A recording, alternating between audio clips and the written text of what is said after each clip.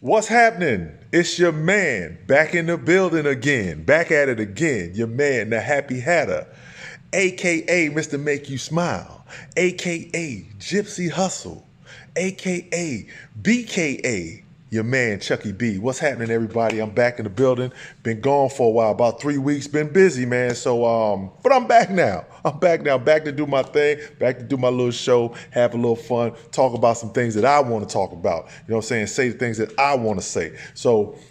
First of all, shout out to my man S Rag, Sean Regadio, for sending me this hat, Cavaliers hat. We'll get right into it, and I'll explain why I'm going to rock the Cavaliers hat. It was perfect timing by my man Kevin Love too, but I'll explain to you why I'm rocking the Cavaliers hat. But I hope everybody had a very Merry Christmas, Happy New Year. First show in the new year. We're going to do things a little differently this year. So we're going to step our game up a little bit. We're going to step it up a little bit. You just keep watching and you'll see. But yeah, the Cavaliers hat goes out, I'm wearing it because of my man Kevin Love. He's been on the court losing it a little bit. He lost it last week a little bit and, had some things to say, but this is my take on that. Yeah, it's frustrating to be a part of losing, but I honestly think Kevin Love wants out. And this is what I'm going to tell you why. He's at the end of his career. He's coming to the last few years, 4 or 5, whatever it is. And you don't want to go out and be on a losing squad. You want to go out and be a winner. So I think Kevin Love wants out. He didn't know how to go about doing it because a lot of times guys want out of situations in the NBA, but when they're good guys, like I think Kevin Love is a good guy. When they're good guys, they don't want to act out. They don't want to say to the media, I want out of here, because then it in turn upsets the fans, when you act a certain way and try to force yourself out of a situation, or you say, well, I don't want to be here, whatever about the organization or whatever. That upsets the fans. It kind of makes you look like a bad guy. So the best way to get out is to do it behind the scenes. Now, as you all know, I worked in the NBA, and I can tell you, we had a certain guy where I was. I won't say his name, but he was very good in the community and very good with the media. So people liked him.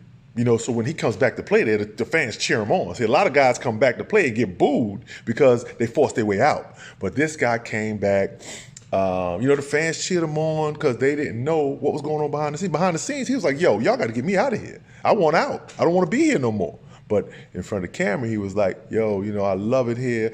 No place I'd rather be. I want to raise my family here. I love the city. So that in turn, makes him look like a good guy. But behind the scenes, he's like, yo, man, look, you get me out of here, man. I want out of here. I'm going to play hard, which is pretty much the professional way to do it. That's the professional way to do it. If you want out of a situation, you still got to do your job. You signed your contract, so you go ahead and play and let them make this decision on where to send you or whatever. Or you give them a list like this guy did. This guy gave a list of 5 teams that he wanted to go to, and he got traded to one of those teams. So, just a little tip from the inside right there, okay? So that's my take on the Kevin Love situation. He wants out. He wants out, but he don't want to look like a bad guy doing it. Okay, so now the next thing I'm going to jump into. Since it's been a while since I've come on. So this is old news right here for some of y'all. But my man Tim Ryan said the thing about Lamar Jackson and the gloves and how he has an advantage because his hands are the same color as the football and stuff like that. Come on, man. We're in 2020 now. That was 2019. He said that. We're in 2020, man. Some of these guys, these commentators have to be aware of some of the things they say. And that's just not a good look. Some people say, well, what did he say? He didn't say anything. Yes, he did. Yes, he did. He's saying because the man got brown skin and the ball is brown, that people can't see the football or whatever he's saying. I don't even know what he's saying. Some crazy mess. But, I'm not going to say he should be fired. I'm not going to go that deep into it. I think that he should definitely be reprimanded. And as they do today, you got to take some sensitivity classes, bro. You got to know what you can and cannot say because, things aren't like they used to be. You can come on and say crazy stuff. You can say, all kinds of madness and get away with it. Not no more. You know what I'm saying? Not no more. You can't do that no more. All right? So Tim Ryan, get you some sensitivity classes. I think he worked with the 49ers. So get some sensitivity training, whatever you need to be. All right. Next thing I'm gonna talk about, my man Mike Vick. All right. So like I said, this is old stuff that I had written down that I want to talk about that I'm gonna talk about right now. All right. Michael Vick, I guess he was chosen to be like a captain at the Pro Bowl, and people got this whole petition thing, not wanting him to do this, that, and the other, whatever it is, or the Hall of Fame, whatever it is, right? And they still keep bringing up the dog thing. All right. Okay, cool. You know, Mike Vick made mistakes. We all have made mistakes, right? Or I don't know, maybe some people don't want to call it a mistake because, you know, it's something that, you know, he was doing and he just happened to get caught doing it. But anyway, Michael Vick went to jail. So now, anytime you bring his situation up, he paid the price. He lost millions of dollars that he will never get back. All right? So my thing is to these people, leave Michael Vick alone, yo. Leave him alone. You know, Michael Vick is a Hall of Fame quarterback. You know, I don't care what you say. You can petition that all you want to. Michael Vick is a Hall of Fame quarterback. He paid the price for what he did by going to jail. It should be done. You know, if he's going to be a captain at the Pro Bowl or captain Hall of Fame, whatever it is, then that's it. It's like they don't want to see the man do nothing anymore. You know what I'm saying? They don't want to see the man do nothing anymore. There are a lot of other things you could be, you know, very upset about and screaming and using that energy on, if you know what I mean. So I'm not going to go that deep into it, all right? So, yo, look, leave Michael Vick alone. All right, next thing. Coach Boone, the legendary Coach Boone, who coached in Virginia from the movie Remember the Titans, passed away. And I had the pleasure of meeting Coach Boone at the Phil Ford golf tournament that I attended. I'm not a golfer, but I went to the tournament.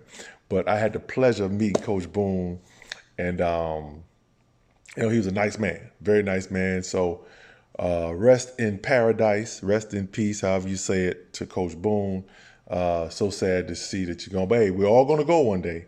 But, you know, good that you're leaving, you know, a good legacy behind you. All right. Next thing, let's go on. I'm going to skip on. So after the season, I'm going back to Lamar Jackson now. I'm going back to Lamar Jackson. All right.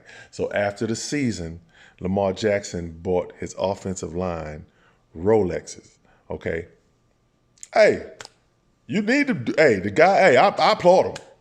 More quarterbacks need to do that. You know, Dan Marino used to do something like that back in the day. I think Tom Brady has done stuff like that where those are the guys that protect you, that make sure you don't get your head knocked off. Now, sometimes you do get hit, but they do their best to protect you. You know what I'm saying? So I think you should take care of those guys. So, hey, kudos to Lamar Jackson for doing that. At 6'8", I wish I was one of your offensive linemen because I've never had a Rolex. But hey, it's all good. But yeah, good luck to the Ravens in the playoffs coming up. I think they're the favorite probably because they got home field. They're probably the favorite to come out of the AFC and play. Not sure. I'm not going to make any predictions. Yeah, maybe I will make a prediction. The playoffs already started, but I don't know. They're going to have a tough game this weekend against the Titans. So we'll see how that goes. We'll see how that goes. All right. Next thing, last thing we're going to talk about. So they've hired a few coaches. Rule, the guy from Baylor, got hired with the Panthers for $60 million. Mike McCarthy got hired by the Cowboys, which I thought was a great hire. I'm not a Cowboy fan. I don't like the Cowboys, but that was a good hire.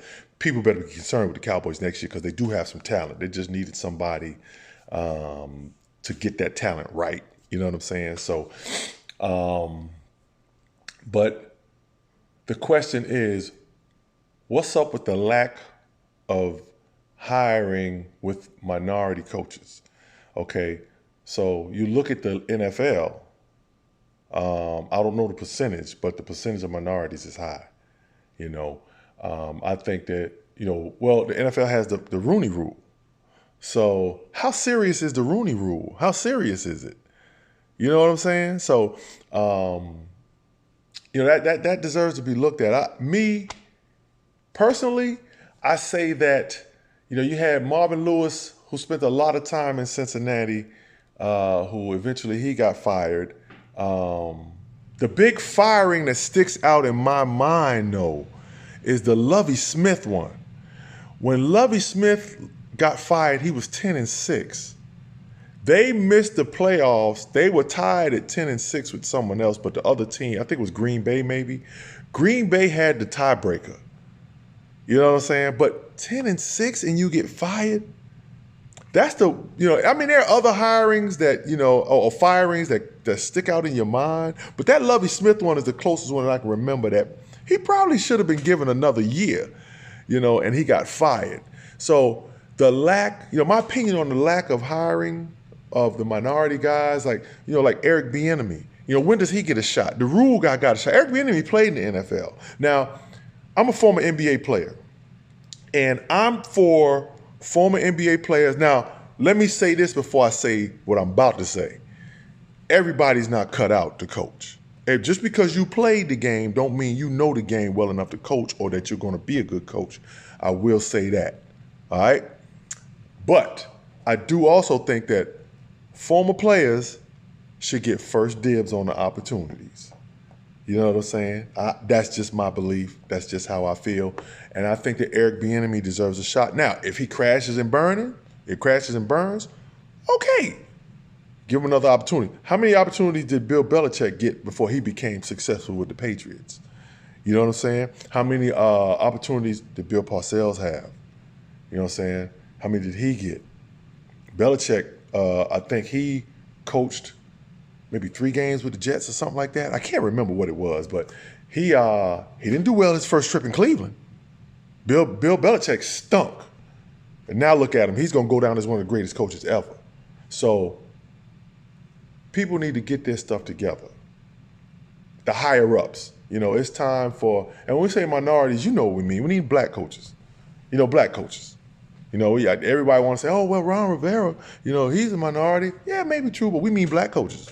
Black coaches, need more opportunity, in my opinion. And there should be more black coaches in basketball, in the NBA. There should be more black coaches in football, in the NFL. Also, in college, since we're going to go there. All right? So that's it from me. Hey, let's stay safe out there. And I didn't have a Dan Le Batard portion of the show because it's just too easy to Trump got impeached. The articles of impeachment are coming ahead of us. But let me go ahead I'm going to go ahead and do a Dan Le Batard. My Dan Le Batard portion of the show, let's talk about this clown in office. Donald Trump, ever since the emails have come out about him withholding the funds to Ukraine for information on Joe Biden, now he wants to go out and start some mess with Iran. And it's really sad to me because, put it like this. If there's going to be a war,